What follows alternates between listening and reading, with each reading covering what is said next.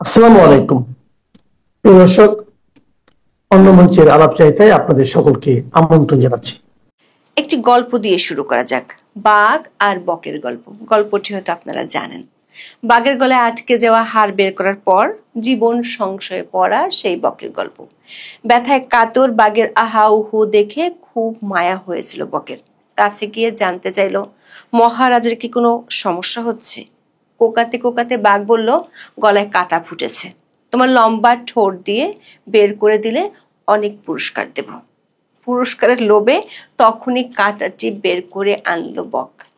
এরপর পুরস্কার চাইতেই রুদ্রমূর্তি বাঘ মামার গর্জন করে বলল, বাঘের গলায় মাথা ঢুকিয়ে আবার আস্ত অবস্থা ফিরে পেয়েছিস, এটাই বড় পুরস্কার নয়?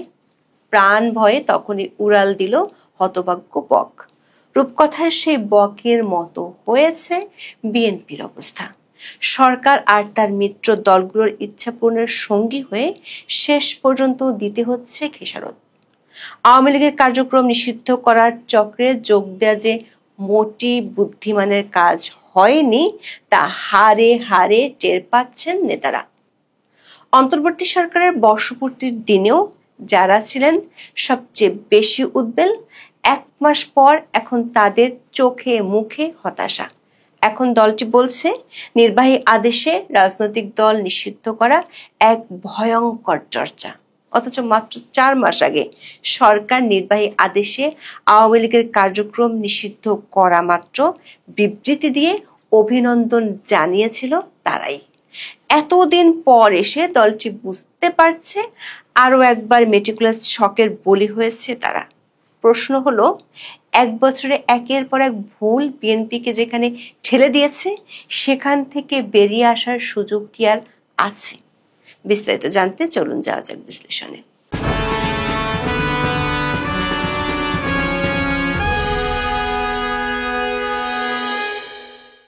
2024 সালের 5ই আগস্ট আওয়ামী লীগ সরকার পতনের পর আন্দোলনের নেতৃত্ব দানকারীরা বিভিন্ন সময়ে মৃদু স্বরে দলটিকে নিষিদ্ধের দাবি তুলতে থাকে।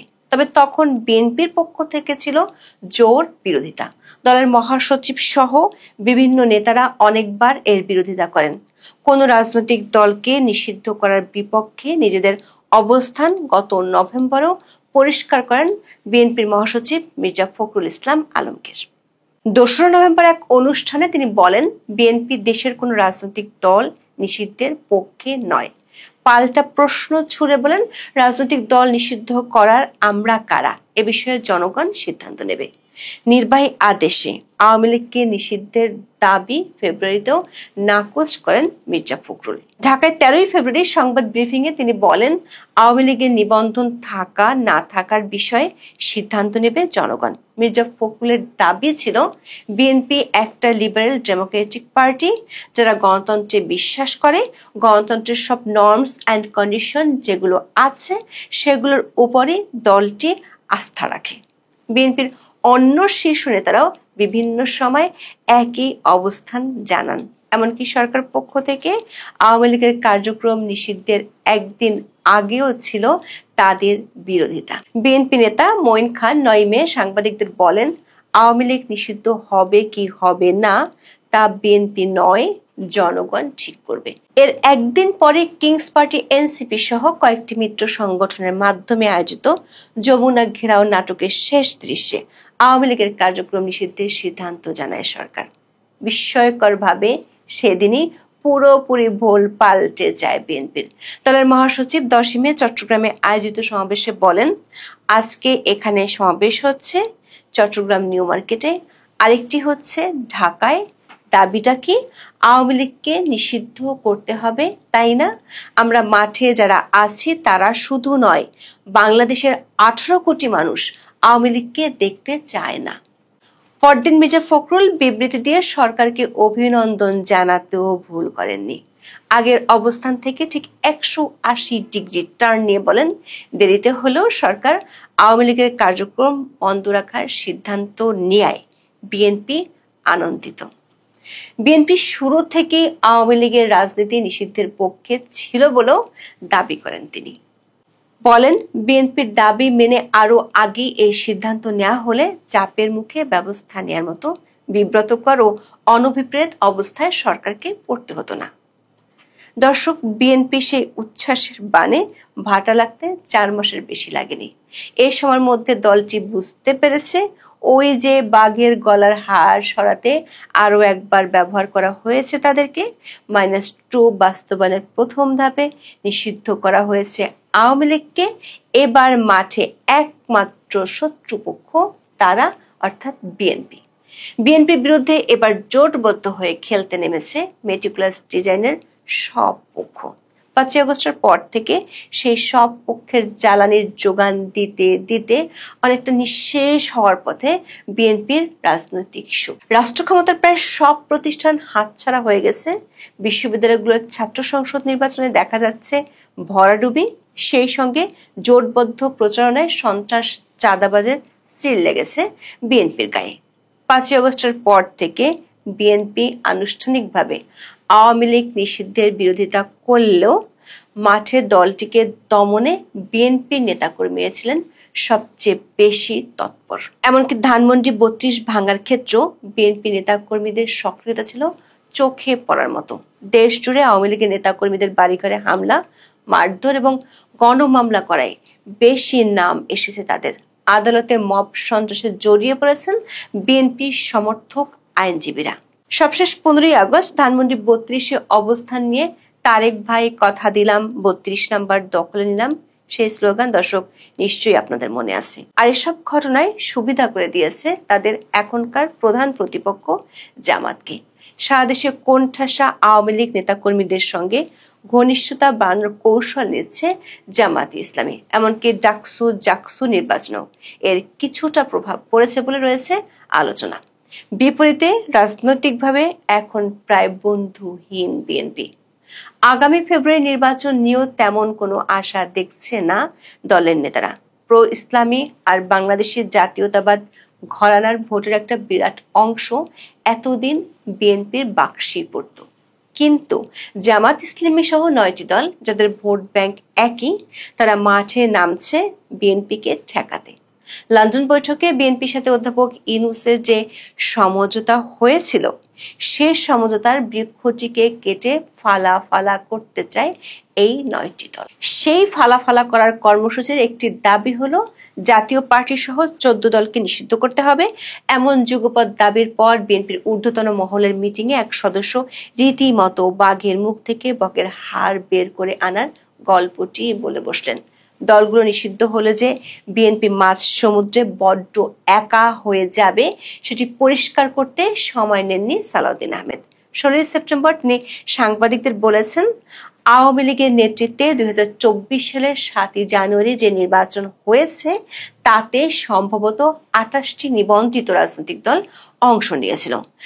তাহলে স্বৈরাচারের দোসর হিসেবে, ফ্যাসিবাদের দোসর হিসেবে নিষিদ্ধ চাইতে হলে তো 28টি দলের রাজনৈতিক কর্মকাণ্ড বা দলকে নিষিদ্ধ করতে হবে।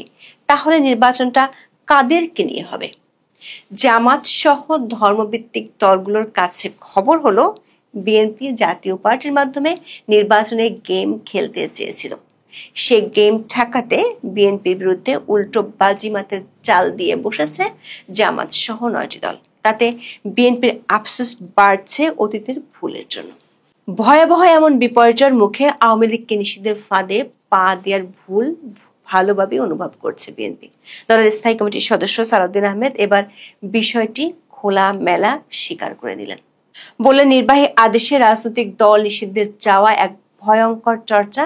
তিনি দাবি করেছেন, বিএনপি আগেও এই বিষয়ে তাদের বক্তব্য পরিষ্কার করেছে।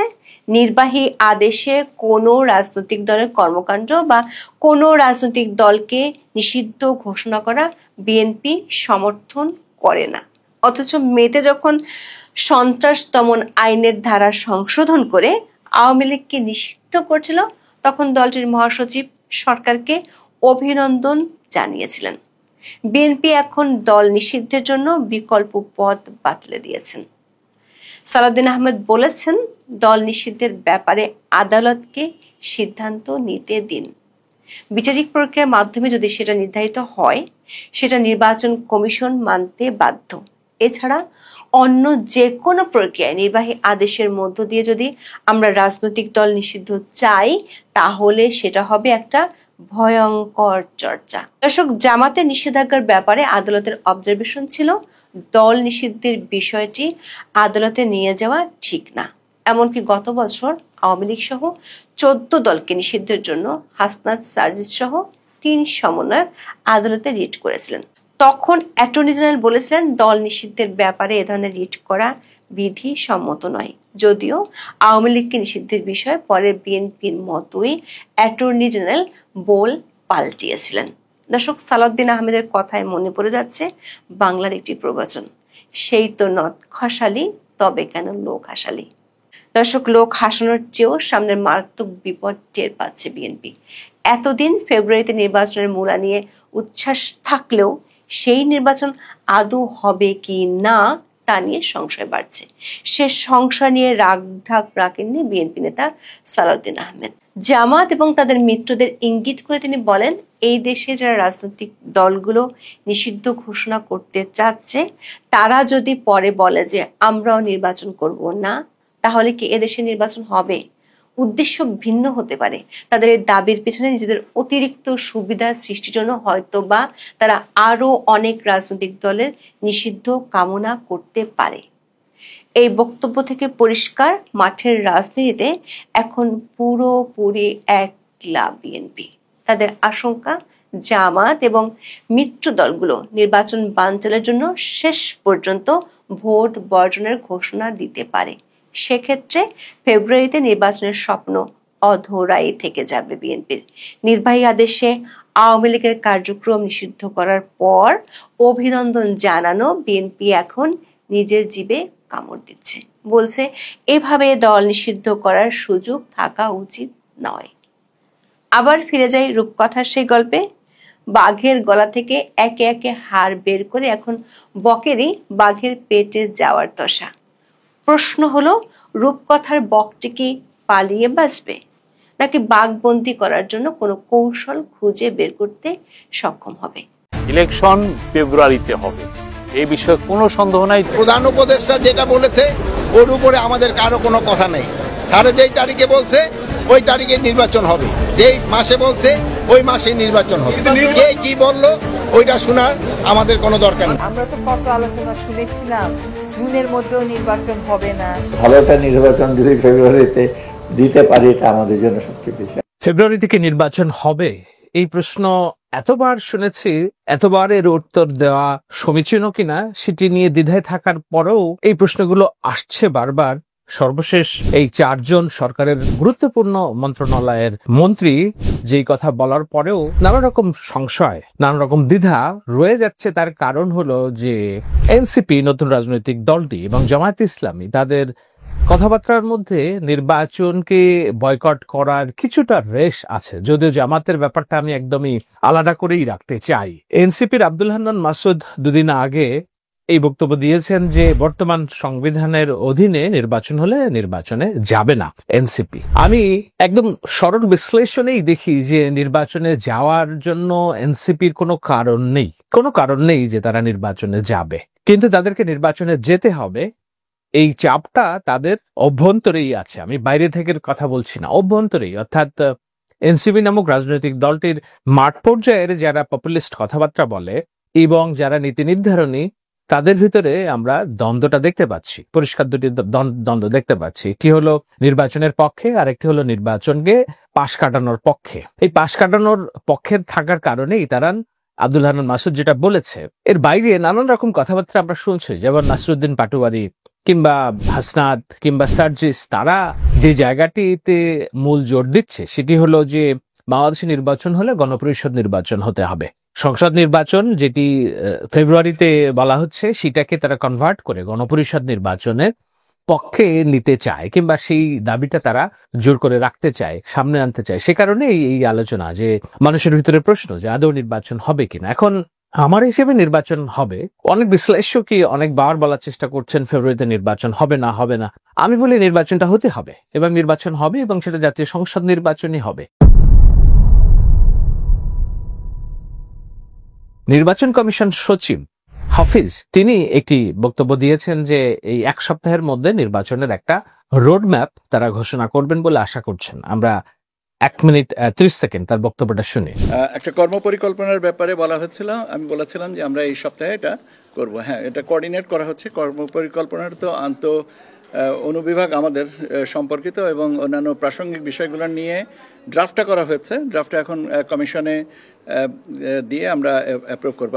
আমার বিশ্বাস যে এটা আমরা এই সপ্তাহের ভিতরে আপনাদেরকে দিতে পারবো। অর্থাৎ পরিষ্কার যে এখানে নির্বাচন কমিশন সচিব, নির্বাচন কমিশন, সরকার, রাজনৈতিক দল, এমনকি জামাত ইসলামীও বলছে না যে গণপরিষদ নির্বাচন হতে হবে। জামাত ইসলামীর জায়গাটা হলো যে PR, proportional representation of the parliament. সেখানে ঐক্যমত্য কমিশন সিদ্ধান্ত নিয়েছে তারা আপার হাউস, যেটি বাংলাদেশে বর্তমান বিধানে নেই, 100 আসনের যে আপার হাউস হবে সেখানে সংসদ নির্বাচনে প্রদত্ত ভোটের সংখ্যানুপাতে আপার হাউসে লোকজন নির্ধারিত হবে, কিন্তু সংসদ নির্বাচন হবে 300 আসনে।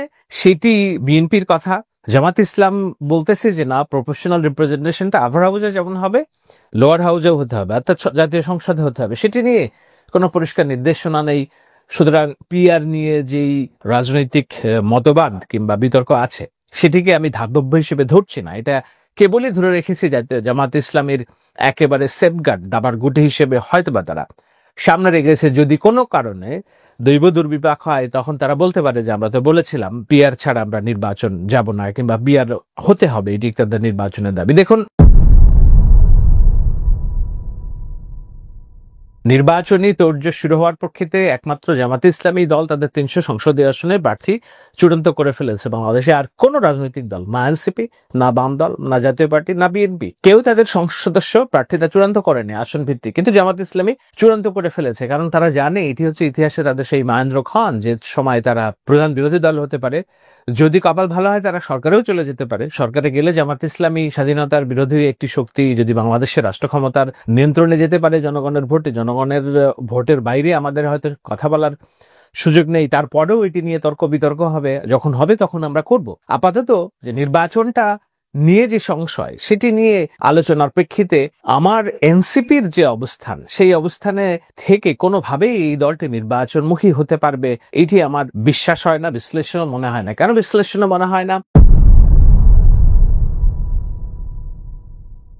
এনসিপি যেটি চায় সেটি হলো যে সরকারের নিয়ন্ত্রণ, রাষ্ট্র ব্যবস্থার নিয়ন্ত্রণ, এবং এই রাষ্ট্র ব্যবস্থার নিয়ন্ত্রণে যাওয়ার জন্য পার্লামেন্টারি নির্বাচনই একমাত্র পদ্ধতি, যেখানে জনরায়কে তাদের পক্ষে নিতে হবে। তারা জনরায় পক্ষে নেওয়ার জন্য প্রস্তুত না, অর্থাৎ জনরায় তাদের পক্ষে যাবে এ বিষয়ে তারা আত্মবিশ্বাসী না। তারা মনে করে যে 24-এর 5ই আগস্ট জনরায় পক্ষে গিয়েছে এবং সেই জনরায়ের পক্ষে রাষ্ট্র পরিচালনার দাবিদার, ক্ষমতার দাবিদার একমাত্র তারাই। কিন্তু এটা তারা ভুলে যায় যে 5 আগস্ট রাজপথে মানুষ নেমে এসেছে 17 বছরের দুঃশাসন, নির্বাচনবিহীন, ভোটারবিহীন রাষ্ট্র ব্যবস্থা, মাফিয়া, বিচার বিভাগ কেলেঙ্কারিকরণ, পুলিশ এবং অন্যান্য আইন শৃঙ্খলা বাহিনীর দলীয়করণ, এবং সর্বোপরি শেখ হাসিনার নির্বিচারে হত্যাযজ্ঞ চালানো, শাপলা চত্বর থেকে শুরু করে রাজনৈতিক দমনপীড়ন এবং সর্বশেষ জুলাই আন্দোলন। তারা সেগুলো পাশ কাটিয়ে মনে করে যে মানুষ রায় দিয়েছে তাদেরকে রাষ্ট্র ক্ষমতা পরিচালনা করার জন্য। আজকে রাষ্ট্র ক্ষমতার যেখানেই দুর্নীতি, চাঁদাবাজ, দখল, বদলি, নিয়োগ, বাণিজ্য সবকিছুই এনসিপি অঘোষিতভাবে নিয়ন্ত্রণ করছে। এই কারণে যে এটি তাদের সরকার তারা মনে করছে, সেইটা তার হারায় ফেলবে যদি নির্বাচন হয়। সহজ হিসাব, যদি হারায় ফেলে এবং তাদের যদি জয়ের সম্ভাবনা না থাকে তাহলে কেন তারা নির্বাচন করবে? সহজ হিসাব। কিন্তু আমি যে আগে বলেছি যে এনসিপির মধ্যকার দলের ভেতরেই দুইটা পক্ষ সক্রিয়। একটা পক্ষ হচ্ছে যারা মাঠ পর্যায়ে পপুলিস্ট রাজনীতি করে, যাদের কিছু সোশ্যাল মিডিয়া জনসমর্থন আছে, সোশ্যাল মিডিয়ার সমর্থন আছে, তাদের লাইক কমেন্টস বেশি হয়।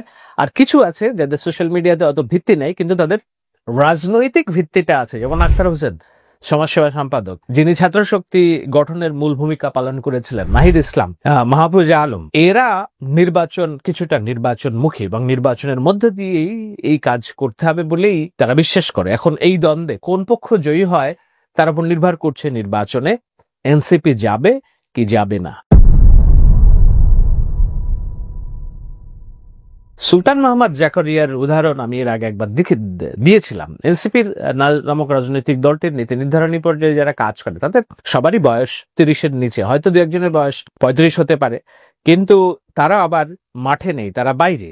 যেমন দিলশানা পারুল নামক আমাদের সহকর্মী, আমরা একসাথে সহযোদ্ধা হিসেবে অনেকদিন কাজ করেছি, তিনি এই দলটির সবচেয়ে সিনিয়র নেতা এবং নেত্রী বয়সের দিক থেকে। সুলতান মোহাম্মদ জাকারিয়া হয়তো তার চেয়েও 2-3 বছরের জুনিয়র, কিন্তু সে আবার যুগ্ম কনভেনার এই দলটির, এবং তার কিছু ইন্টারন্যাশনাল এক্সপোজার আছে, অ্যামনেস্টি ইন্টারন্যাশনাল সহ অন্যান্য জায়গায় কাজও করেছেন। তিনি সম্প্রতি বদরুদ্দিন উমরের লেখা একটি কোট করেছেন, সেখানে বলেছেন যে মোটা দাগে বলতে চেয়েছেন, আপনারা সেই স্ক্রিনশটে দেখতে পাচ্ছেন, আমি একটু পড়ে শোনাই কি বলছে। তিনি একটি লেখা শেয়ার করেছেন, সেখানে লেখা আছে জুলাই অভ্যুত্থানের পর যে একজন মানুষ নিজের চিন্তা ও মতামতকে সবচেয়ে বেশি কনসিস্টেন্টলি রেখেছেন তিনি বদরুদ্দিন উমর। যখন কেউ ভয়েও নির্বাচনের নামোচ্চারণ করতো না, সেই জানুয়ারি ফেব্রুয়ারি থেকে তিনি নির্বাচনের কথা বলছেন। এর সাথে সাথে এই সরকারের সীমাবদ্ধ গুলো উল্লেখ করে প্রত্যাশার সীমানাগুলো বারবার দেখিয়েছেন। জুলাই স্প্রিটে এই রাষ্ট্র নির্মাণ কেমন হতে পারে সেই প্রশ্নের জবাবে আজকেও তাই উল্লেখ করলেন। তিনি বলেন, কে বলছেন? বদরুদ্দিন উমর। জুলাই অভ্যুত্থানে বাংলাদেশ থেকে একটি নিকৃষ্ট ফ্যাসিস্ট সরকারের উৎখাত হয়েছে, কিন্তু আমি আগেই বলেছি এটি কোনো সামাজিক বিপ্লব নয়। বদরুদ্দিন উমর বলছে এটি কোনো সামাজিক বিপ্লব না, একটা ফ্যাসিস্ট সরকার ব্যবস্থা উৎখাত হয়েছে, যেখানে একটি শ্রেণীর জায়গায় আরেকটি শ্রেণী ক্ষমতায় আসে। এই অভ্যুত্থানের মাধ্যমে উৎপাদন ও মালিকানার সম্পর্কের কিছুই পরিবর্তন হয়নি, এমনকি ব্যবসায়ীদের যে কর্তৃত্ব সেটিও অক্ষুণ্ণ রয়েছে। এই সরকার যেভাবেই প্রতিষ্ঠিত হোক, তারা শাসক শ্রেণীর বৃত্তের মধ্যে থেকেই কাজ করছে। ব্যবসায়ী শ্রেণীর স্বার্থে এই সরকারকে এখন অনেক কিছুই করতে হচ্ছে। একমাত্র ব্যাংকিং সেক্টরকে নিয়ন্ত্রণ এবং মূল্যবৃদ্ধি আয়ত্তের মধ্যে রাখা ছাড়া এই সরকারের তেমন উল্লেখযোগ্য কোনো কাজ নেই। কাজেই একটি রাষ্ট্রকে নতুনভাবে গঠন করার কোনো ভিত্তিও এখানে নেই। বাংলাদেশের এখন যে অবস্থা, তাতে কোনো নির্বাচিত সরকার এলেও এই শাসক শ্রেণীর বৃত্তের মধ্যে থাকতে হবে। কাজে একটি নির্বাচিত সরকার এলে তারা যে খুব গণতান্ত্রিক এবং বিপ্লবী সরকার হয়ে যাবে এমন কোনো সম্ভাবনা নেই। তবে নিষিদ্ধ ঘোষিত আওয়ামী লীগ যেভাবে ফ্যাসিজম করতে পেরেছে, তা করতে পারবে বলে মনে হয় না। এটি বদরুদ্দিন উমরের মূল কথা। সেই কথাকে শেয়ার করেছেন সুলতান মোহাম্মদ জাকারিয়া, এবং তিনি সেটার পক্ষে বয়ান উৎপাদন করতে যেয়ে বলছেন যে সমাজ বিপ্লব আর ক্ষমতার মসনদ পরিবর্তন, এলিটদের ক্ষমতার হাত বদল, এই দুইয়ের পার্থক্য বোঝা জরুরি। সমাজ বিপ্লব অর্থাৎ রেভলিউশন, বিপ্লব, এবং ক্ষমতার মসনদ পরিবর্তন, দুটার মধ্যে পার্থক্য করতে পারা জরুরি। র্যাডিক্যাল পরিবর্তনের আকাঙ্ক্ষা ভালো, অর্থাৎ বিপ্লবিক পরিবর্তনের আকাঙ্ক্ষা খুব ভালো, এবং সেটা অবশ্যই জোর গলাতেই সেই দাবি করতে হবে। কিন্তু বিপ্লব এবং অভ্যুত্থানের চরিত্র সঠিকভাবে পাঠ না করতে পারলে রাজনৈতিক কর্মকৌশল নির্ধারণে ভুল হবে। কিন্তু কোনটি বিপ্লব আর কোনটি অভ্যুত্থান, সেটির পার্থক্য যদি রাজনীতিবিদরা না করতে পারে তাহলে ভুল হবে। এরপর তারা বলেছে যে এই অভ্যুত্থানের নায়কদের উপলব্ধিতে আসতে হবে, সমাজটাকে পরিবর্তনের যে সংগঠিত লড়াইয়ের মধ্য দিয়ে যেতে হয় সেই সুযোগ তারা পাননি। অর্থাৎ সমাজ পরিবর্তনের জন্য যে দীর্ঘমেয়াদী লড়াইয়ের কথা বলা হয়, 10 বছর 15 বছর ধরে রাষ্ট্রকে বদলে দেওয়ার যে একেবারে সংগ্রাম, সশস্ত্র বিপ্লব, সেটির সুযোগ আজকের ছেলেমেয়েরা পায়নি। যার ফলে আপাতত ধীর ও পেইনফুল সংস্কার প্রক্রিয়ার মধ্য দিয়ে আমাদের আগাতে হবে। পরবর্তী নির্বাচিত সরকারকে ক্রমাগত প্রশ্নের মুখে রেখে বাকি সংস্কারের পক্ষে জনমত তৈরি করতে হবে। এর বাইরে অন্য কোনো হঠকারিতা দেশের ক্ষতি লাভ বয়ে আনবে না, দলের তো নাই। অর্থাৎ সুলতান মোহাম্মদ জাকারিয়া, আমি বলেছি তিনি তাদের মধ্যে একজন, এবং আরেকজনের নাম আমি জানি, এহতেশাম, তারা লন্ডনের রাজনীতি করতেন। এই দুইজন মিলিয়ে একটা শীর্ষ ভূমিকা রেখেছেন যে এনসিপির যে ইশতেহার, সেই ইশতেহার নিয়ে ভূমিকা রেখেছেন। সুতরাং তারা খুব প্রভাবশালী দলের অভ্যন্তরে নির্ধারক। যদিও মাঠ পর্যায়ে তাদের তেমন কোনো লাইক কমেন্টস নেই, তাদের খুব বেশি ফলোয়ার নেই, কিন্তু তারা এই দলটি কোনভাবে চলবে না চলবে তার কিছু গাইডলাইন দেন। সেই জাকারিয়ার কথা হচ্ছে যে বিপ্লব কোনটা আর অভ্যুত্থান কোনটা, এটার পার্থক্য যদি না করতে পারা যায় তাহলে বিপদ আসে। বিপ্লব করার জন্য যে দীর্ঘমেয়াদী লড়াইয়ের মধ্যে দিয়ে যেতে হয়, এই ছেলেমেয়েরা সেই লড়াইয়ের মধ্যে দিয়ে যায়নি। সুতরাং তাদের ভিতরে যে বৈপ্লবিক চেতনা আছে রাষ্ট্রকে পরিবর্তন করার, শাসন ব্যবস্থা পরিবর্তন করার, সেটা করতে হবে পেইনফুল, অর্থাৎ খুবই এটাকে বলে কি, ব্যথা মধ্য দিয়ে যেতে হবে। এবং কোনো কাজ যেটা আমি এখনই চাই সেটা এখনই হচ্ছে না, এর যে বেদনা, সেই বেদনার মধ্য দিয়ে যেতে হবে। কিভাবে? রাষ্ট্র সংস্কারের যেই কাজগুলো হচ্ছে সেগুলোকে আগায় নিতে হবে আস্তে আস্তে নির্বাচিত সরকারের মাধ্যমে, এবং পরবর্তীতে যে সরকার আসবে তাদেরকে ক্রমাগত চাপে রাখতে হবে। চাপে রেখেই এই গণতান্ত্রিক পন্থাতেই আগাতে হবে। এর বাইরে যদি অন্য কোনো পন্থায় আগানো হয় তাহলে দেশের বিপদ আর দলের বিপদ। আমি শেষ করব যে দলের বিপদ কোনের মধ্যে দিয়ে। এখন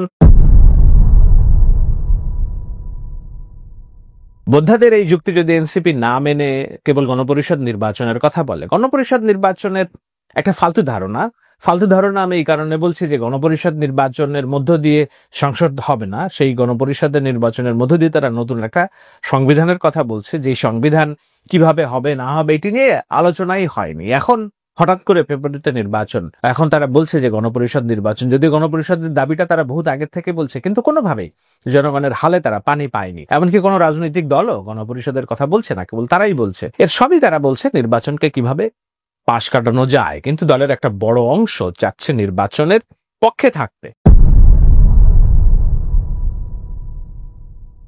এখন নির্বাচন যদি না হয়, তারা যদি নির্বাচনে অংশগ্রহণ না করে, সত্যিকার অর্থে তার হারিয়ে যেতে পারে একেবারে। আমি দেখি মাহমুদুর রহমান মান্না ভাই অথবা অন্য কোনো স্বতন্ত্র ব্যক্তি নির্ভর যে দল, এনসিপি হয়তো নির্বাচনের পর একটি ব্যক্তি নির্ভর দলে পরিণত হবে। এনসিপির অভ্যন্তরে যারা নির্বাচনমুখী তারা নির্বাচনে জড়িয়ে পড়বে, এমনকি বড় দল বিএনপির সাথেও যেতে পারে কেউ কেউ, জামাতের সাথেও যেতে পারে কেউ কেউ। তারা এখনই তাদের এই যে ঐক্যবদ্ধ সংগ্রাম কিংবা ন্যারেটিভ সেটি ধরে রাখতে পারছে না। দুদিন আগে দেখলাম মাহিন সরকার বিপ্লবের যদি আসল অর্থেই কোনো চরিত্র থাকে, তিনজনকে আমি সবসময় স্বীকার করি। কারণ 26 তারিখের আগ দিয়ে যখন অন্য সমকায়রা মুচলেকা দিয়ে আন্দোলন প্রত্যাহার করেছে, তখন মাহিন সরকার, আব্দুল হান্নান মাসুদ এবং আরেকজন রিফাত, এরা এইটাকে চালিয়ে নিয়ে গেছিল, লড়াইটাকে চালিয়ে নিয়ে গেছিল। মাহিন সরকারকে তারা বহিষ্কার করেছে। আমি জানি এটা ইন্টারনাল কেটে যাবে হয়তোবা, বিতর্কটা আমি ওইদিকে নেব না। বিতর্কটা হলো যে নির্বাচনে যদি না যায় এনসিপি, তাহলে তাদের নির্বাচনের পরপরই বড় ধরনের রাজনৈতিক শূন্যতা দেখা দেবে, এবং সেই শূন্যতা থেকে তারা উঠে দাঁড়াতে পারবে কিনা সময় বলে দিবে। সালাউদ্দিন আহমেদ বলেছেন যে তারা ভ্যানিশ হয়ে যাবে। আমি এত হটকারী কথা বলতে চাই না, রাজনীতিতে শেষ কথা বলে কিছু নেই। আপাতত যেটা সলিউশন সেটা হলো নির্বাচনে যাওয়া, তাদের সক্ষমতা যাচাই করা, সম্ভব হলে 5টা থেকে 10টা আসন নিয়ে যদি তারা কোনোভাবে সরকারে থাকতে পারে, সংসদে আসতে পারে, তাহলে তাদের যে নেতৃত্বের বিকাশ সেই জায়গাটা প্রতিষ্ঠিত হবে। এর বাইরে সবাই হারিয়ে যাওয়ার সম্ভাবনা আছে এখন। কিন্তু আমার হিসাবে কোনোভাবেই এই নির্বাচনে যাওয়ার কথা না এনসিপির দলগতভাবে, কিন্তু না গেলে যে তারা হারিয়ে যাবে এটা তাদের দলের নেতারাও বলছেন, বাইরে থেকে বলছেন। কঠিন একটা সময়, এই সময় কি সিদ্ধান্ত নেয় এনসিপি নিশ্চয়ই দেখার অপেক্ষায়। লম্বাটা আলোচনা করছি না, আলোচনাটা লম্বা করতে পারতাম, না করে আমি শেষ করছি। রোড টু ভোটে আপনাদের মতামত জানান, কেন তারা নির্বাচনে অংশ নেবে, আদৌ নির্বাচনে অংশ নেওয়ার প্রস্তুতি তাদের আছে কিনা, এবং না নিলে কি হতে পারে। দেখি আলাদা কিছু ভাবনা পাই কিনা আপনাদের ভাবনা থেকে। সবাইকে ধন্যবাদ।